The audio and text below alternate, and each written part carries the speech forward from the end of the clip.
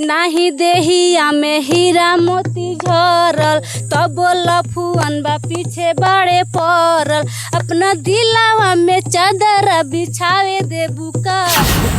उतना मजा आता है। अच्छा, इतने लोगों में आपको सबसे ज्यादा पसंद कौन आते हैं? सही सही बताइएगा, सही सही बताइएगा, झूठ मत बोलिएगा। दोनों यही पसंद आते हैं। आपको खुशी मिलता है कि नहीं? कितना मजा आता है? बहुत ज्यादा, बहुत ज्यादा मजा। कितना ज्यादा? कितना? जलालपुर बनावा में, जलालपुर बनावा में दुर्गा जी के दामावा चलो न सखिया।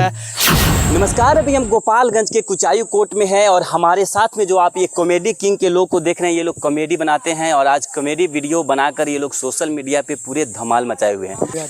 अच्छा, 6 आदमी के बीच में आप अकेली औरत हैं, आप लोगों को थोड़ा गिल्टी फील आपको नहीं होता है? नहीं। अच्छा लगता है जी वीडियो बनाने में? जी। तो मतलब बहुत से लोग होंगे जो सोचते होंगे कि 6 लड़कों के बीच में रह रही हैं, मतलब अजीबो लग रहा होगा। हाँ, लोग सोचला बाकी सोचला का कौन बात नहीं है, अपन सही जाही धर्म। प्यार दुलार तो अच्छा मिलल बाटे, हिसाब से हमनी के सब कुछ खैला पीला, मतलब खाने पीने का हो जाता है। हाँ, प्यार पब्लिक के आशीर्वाद प्यार मिल रहा, अच्छा खाने जा पिए जा और अच्छा प्यार मिले दुलार मिली तो आगे तक जाए जा। आगे क्या इरादा है आपका? आगे ये बाकी आगे से खूब बढ़ी सन आगे मन जितना हमें के पब्लिक के आगे बढ़ा सको। 6 गो देवर में लाइन मारते हैं लोग? ना कोई लाइन मारल। झूठ मत बोलिए। हम ही लाइन मारे नहीं। आप ही लाइन मार देते हैं? सबसे ज्यादा हिया पर लाइन ज्यादा मारे नहीं। मोटे जी पर, भैया पर, काशी भैया पर। तो भाभी आपके साथ में रह रहे हैं, आप तो इनसे बड़े ही हैं, ये आपके क्या लगते हैं? हमारा भाभी लगती है, अच्छा रोल निभाती हैं। बुढ़ऊ लोग के भाभी है?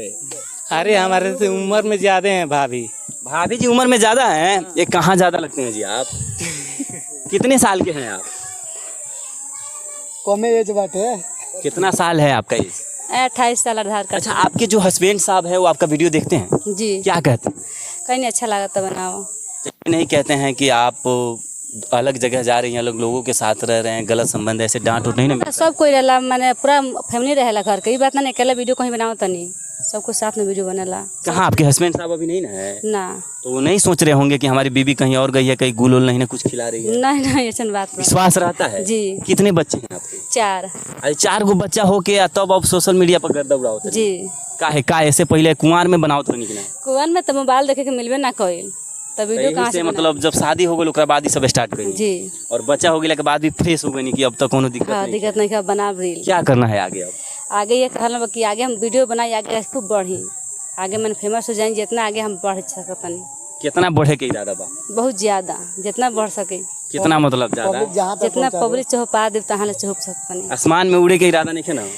वो हो सकता है। भाभी हैं जो 30-35 साल की हैं और जवानी में तो शायद ये नहीं कुछ कर पाए, पर अब बुढ़ापे के समय में आसमान में उड़ना चाहते हैं। बाकी 6 देवर लोग हैं और मामी भी बोल रहे हैं लोग, बाकी आपस में ये लोग मिलकर वीडियो पर। शादी हुआ है कि नहीं? शादी हो गई बा। ठीक, कुंवार लोग कौन कौन है भाई? आप हैं और कौन है? आप हैं और आप भी कुंवारे हैं। आप लोग का क्या इरादा रहता है? कुछ नहीं, बस एंटरटेन कर लेते हैं। बनाने में टचिंग वचिंग नहीं ना करते हैं? ना, कोई टचिंग नहीं है, एंटरटेन करके वीडियो बनाते हैं बस। अच्छा, सिंगल आप वीडियो बनाते हैं कि साथ में भी डांस करते हैं? सिंगल में फिर साथ में। अगर हम चाहेंगे आपसे कि गाना एक गवाएं तो गाइएगा गाना ना? अच्छा, आप लोग का कॉमेडी वीडियो बनता है तो आप लोग में गाना कौन गाते हैं? अगर कहीं गाना का रोल हुआ तो आप लोग में गाना कौन गाते हैं? जो जिसका जौन रोल मिलता है वो लोग आता है। गाना का रोल किनका जाता है? इनका और इनका। मंगरू बाबा, आप लोग गाना गाते हैं? ये गाते हैं। आप गाते हैं? जी, हम नहीं गाते हैं। तो हमारे दर्शकों को नया वाला अंदाज में, नए अंदाज में गा के सुनाते हैं। अपने गांव के इलाके को सुनाते हैं। सुनाइए। मगर भक्ति गीत सुनाते हैं। भक्ति गाना सुनाइएगा? तो और आगे आइएगा तब हम सुनेंगे। इतना दूर आप भाभी से भाग रहे हैं, और आगे आइए, सुनाइए। जलालपुर बनावा में, जलालपुर बनावा में दुर्गा जी के दामावा चलो न सखिया कर देवी दर्शनवा चलो न सखिया संग संग साजल न फूलवा के डाली होत बाबेर सखी चलो हाली हाली। अचके में जीव हमर डरेला, लागेला पीछे से केहू धरेला, बानियों के सुतिले तो खुल जाला जुड़ा, यारे खुल जाला जुड़ा, रतिया में सपना देखिले पूरा पूरा मजा मिले नहीं पूरा। इतना अच्छा आप गाना गाते हैं। अच्छा, आप कहीं क्लास व्लास भी किए हैं डांस का, गाना का, कि ऐसे ही सीखे? नहीं, घर पर कैसे सीखे हैं? गाना बजा करके। गाना बजा करके। जी। अच्छा, किस हीरो का फिल्म आप भोजपुरी में ज़्यादा देखते हैं? खेसारी पवन। खेसारी लाल में क्या अच्छा गाना लगता है? गाना का कलम। नीलकमल सिंह। हाँ, वहाँ का गाना बहुत पसंद करेले। अच्छा, खेसारी लाल का गाना एगो गाकर सुनाइए तो। बेचे तनी लीची अमरूद लेबे के बाद तनी मचा के ले ला नाही देहिया में हीरा मोती झरल तब लफुअन बा पीछे बड़े पड़ल अपना दिलावा में चादर बिछावे दे बुका एगो बात बताई त बतावे दे बुका लाइल बानी सिंदूरा लगावे दे बुका। जियो, आप लोग देख रहे हैं कि भाभी डांस भी कितने अजीब कर रहे हैं। आपको खुशी मिलता है कि नहीं? जी। कितना मजा आता है? बहुत ज्यादा। बहुत ज्यादा मजा। इतना ज्यादा। कितना? इतना उतना मजा आता है। जी। और छठी अच्छा, में मजा इतने लोगों में आपको सबसे ज्यादा पसंद कौन आते हैं? सही सही बताइएगा। सही सही बताइएगा, झूठ मत बोलिएगा।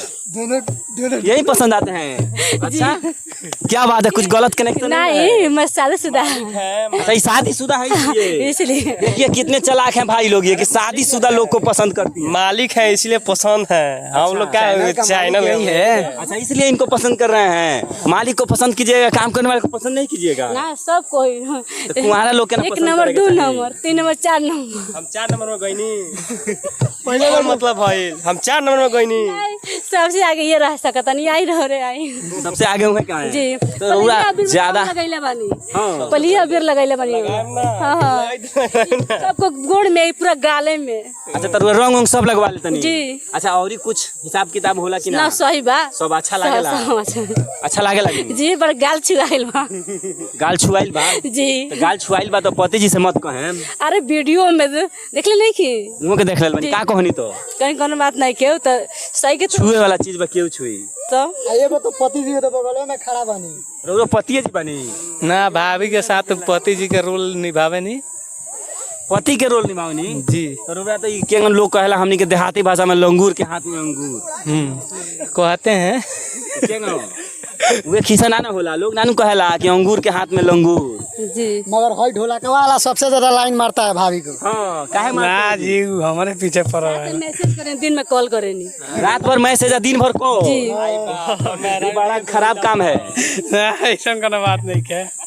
आज दिन में लजा रहे हैं, रात में ना ले जानी, रात कॉल में ना करे लजानी। नहीं। अरे वीडियो देखे नहीं, अच्छा अच्छा कमेंट करे नहीं, ऐसा बात नहीं है। चलिए, बाकी आप लोग भाभी के बारे में और इस ग्रुप के बारे में आप लोग क्या सोचते हैं? आप लोग अपनी भी राय प्रतिक्रिया जरूर दीजिएगा। का नाम है धमाका 00 धमाका 01। इस पे अगर आप लोग इनका वीडियो देखना चाहते हैं तो जाके इस वीडियो को विजिट कीजिए और ज़्यादा से ज़्यादा सब्सक्राइब कीजिए, ताकि भाई लोग बहुत मेहनत कर रहे हैं, ये लोग भी आगे बढ़े। फिर मिलेंगे नेक्स्ट वीडियो में। अभी के लिए जय हिंद।